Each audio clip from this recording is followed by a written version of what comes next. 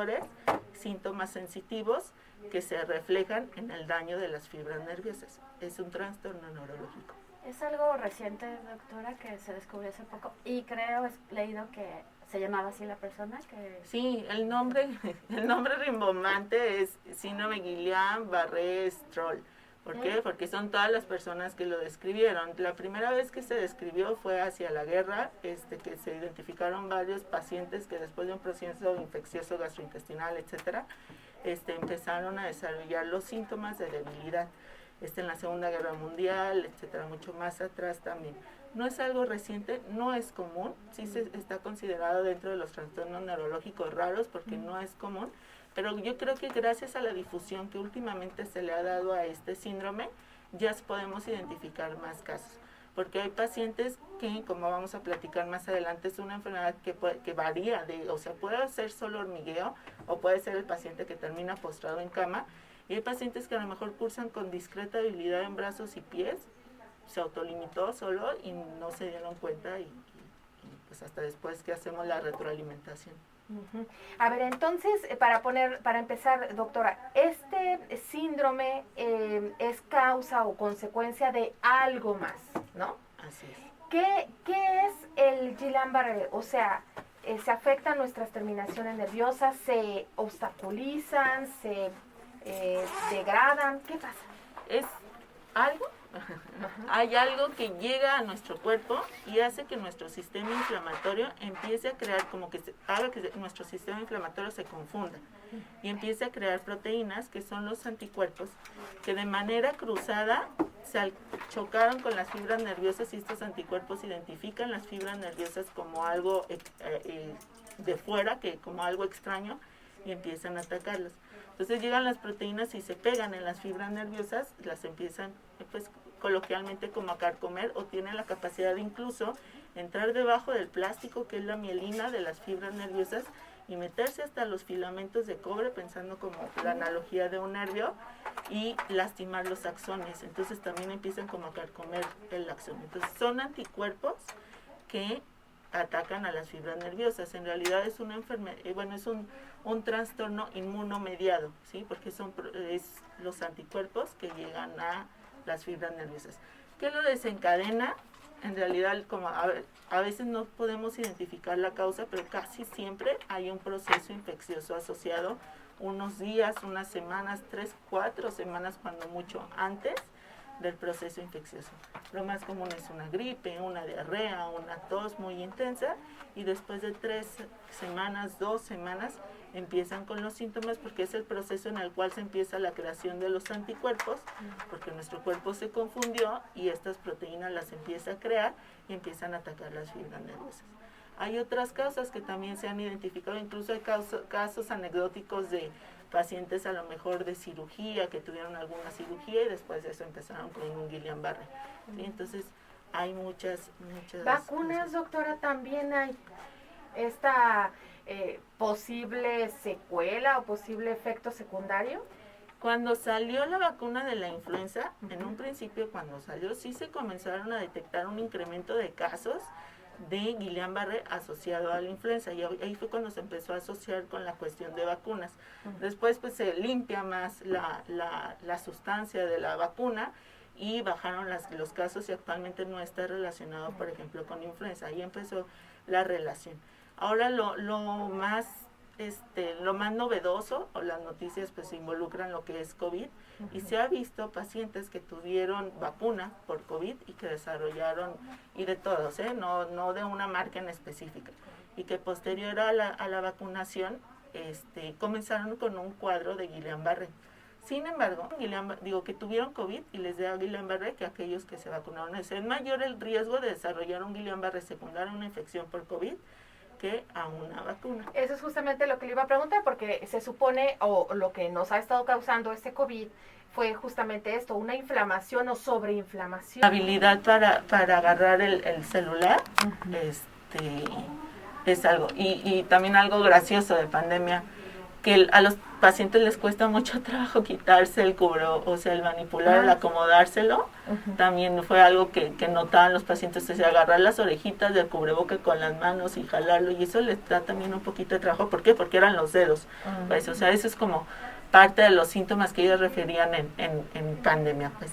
Pero sí es una debilidad que abrir objetos, abrir frascos, abotonar, hacer nudos, todo lo que involucre movimientos finos, que son los primeros músculos que se comienzan a afectar de las manos, es lo que les cuesta trabajo. Y nuevamente, los problemas para caminar, siendo la definición clásica que empieza de las piernas y va subiendo, son los primeros que se presentan.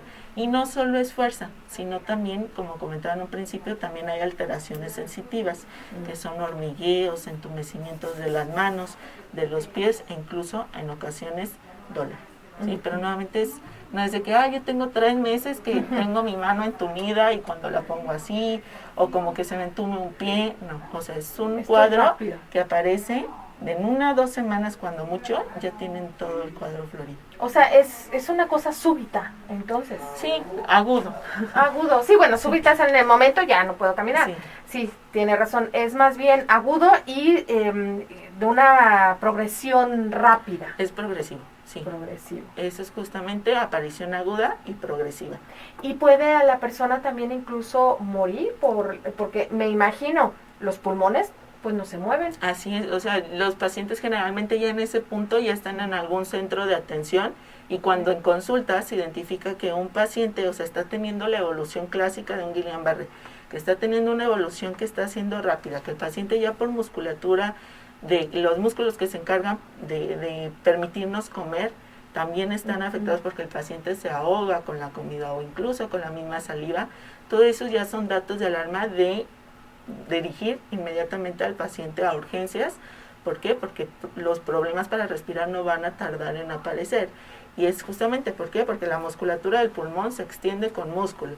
Los movimientos que hacemos, la coordinación de todos los músculos también, laringeos, faringeos, pues también se llegan a afectar.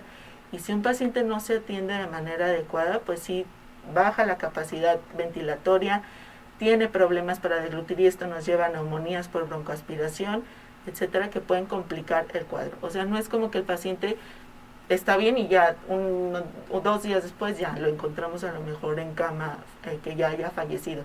Pero el cuadro a lo mejor de lo ventilatorio y todo lo que lleva a las complicaciones de tener un paciente ventilado con ventilación mecánica, ya hospitalizado, porque los pacientes se llegan a intubar por este síndrome. Todo lo que lleva las complicaciones de eso son lo que pueden llevar a la muerte al paciente, el estar postrado, el tubo, si duran mucho tiempo en hospital, neumonías hospitalarias, o nuevamente lo que les comentaba de neumonías por broncoaspiración. Eso es lo que lleva a que fallezca un paciente con Guillain-Barré. Y interesante que el corazón pues no pare, a pesar de que también es un músculo, ¿verdad? Exacto, sin embargo es músculo diferente. ¿Sí? Y las fibras nerviosas que se encargan del manejo del músculo son fibras nerviosas diferentes. Sin embargo, ya ahora que tocas el tema, es una enfermedad que cada vez se está conociendo más, y se ha visto que como parte también del síndrome, porque como mencionamos, o sea, es un síndrome. Entonces, parte de los síntomas y los signos que nosotros vemos en estos pacientes es que pueden tener variaciones en la presión arterial, pueden tener variaciones en la frecuencia cardíaca. ¿Por qué? Porque sí llegan a lastimar, aunque no es la prioridad de estos anticuerpos, pero sí llegan a lastimar las vías, que son fibras nerviosas autonómicas, o sea, no son de la fuerza ni la sensibilidad, pero alcanzan a golpear o a lastimar las fibras nerviosas que se encargan de controlar frecuencia cardíaca, presión arterial, todo el sistema autónomo. Qué interesante, ¿eh? Qué interesante. Limita a las 3-4 semanas el padecimiento. Yo ya no esperaría que después de las 4 semanas siga avanzando el paciente. ¿Por qué? Porque es el pico de las inmunoglobulinas, que son estas proteínas que se pegan en las fibras nerviosas, empiezan a crearse, se mantiene el pico, que es el proceso de estabilidad de la enfermedad, y luego comienza a bajar. Y ya a partir de ese momento ya no espero que empeore el cuadro. Ah, ok, pero bueno, ya para ese entonces ya tiene que estar en el hospital, ¿verdad? Sí. Nuevamente, dependiendo la Ajá. gravedad es lo que va a tener de apoyo el paciente, pero sí ya debió de haber buscado un manejo para ese momento. ¿Cómo se trata el Guillain-Barré? ¿Hay medicamentos? ¿Qué hay?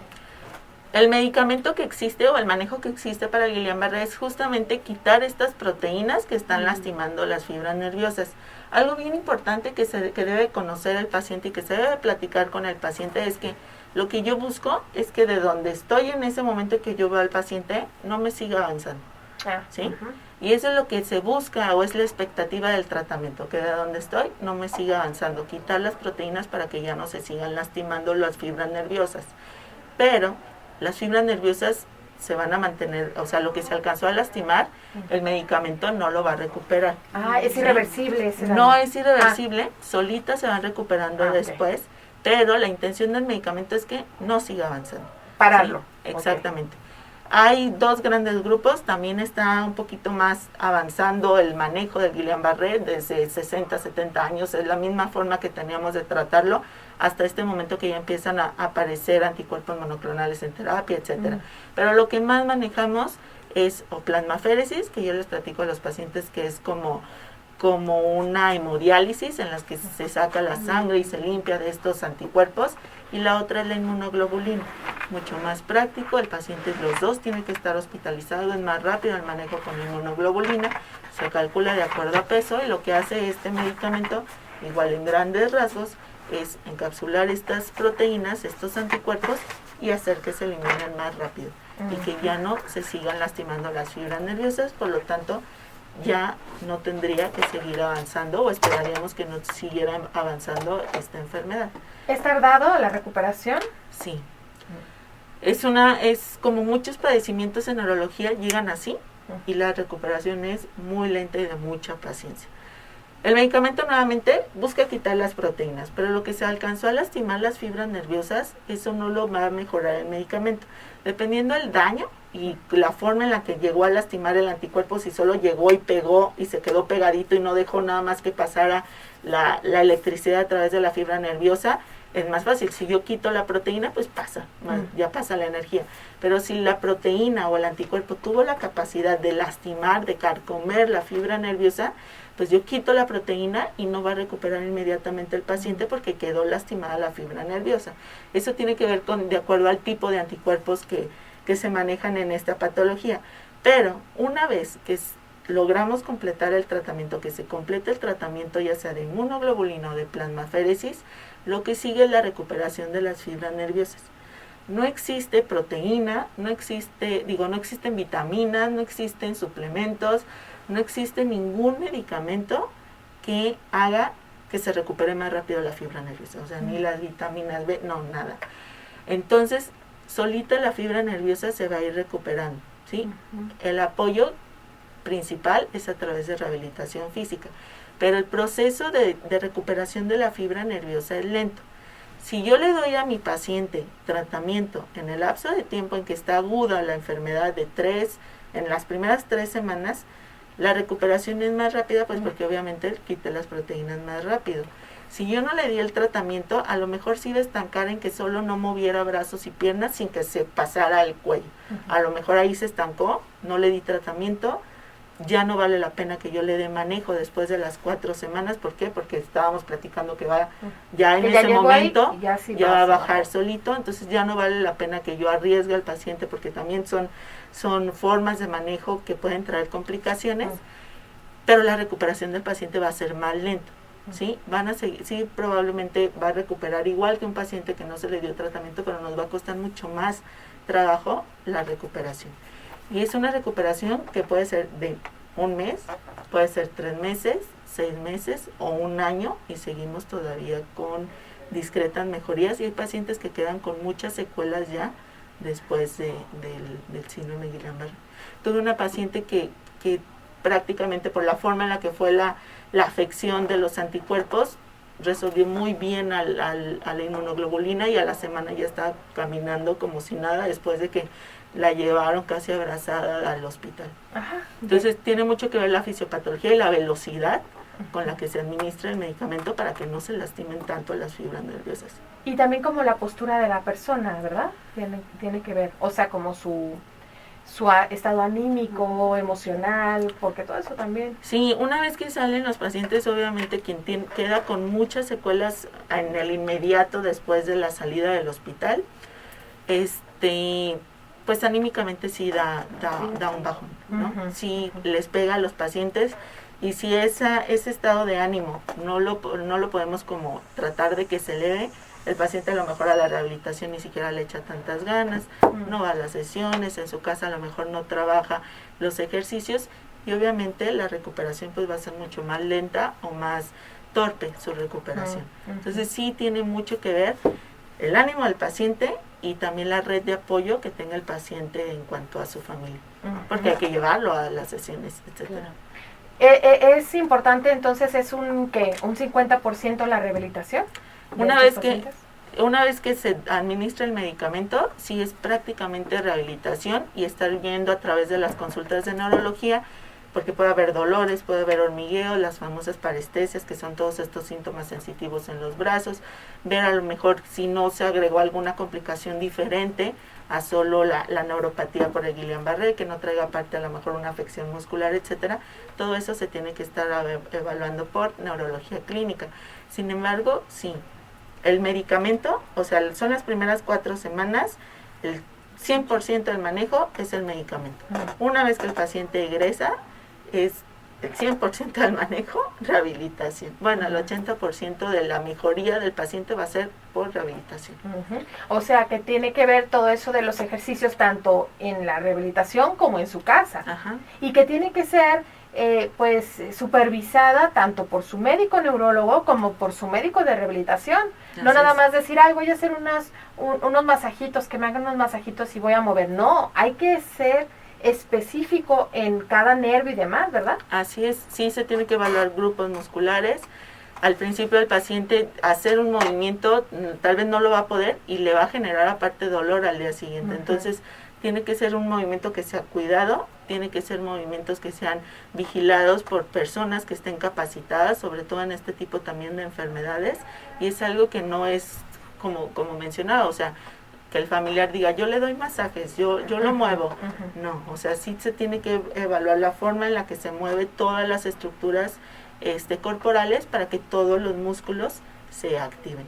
Sí es un trabajo que sí implica estar constancia y pues bueno, también pues parte del manejo, lo que decíamos, era apoyo de familiares y la estabilidad mental del paciente.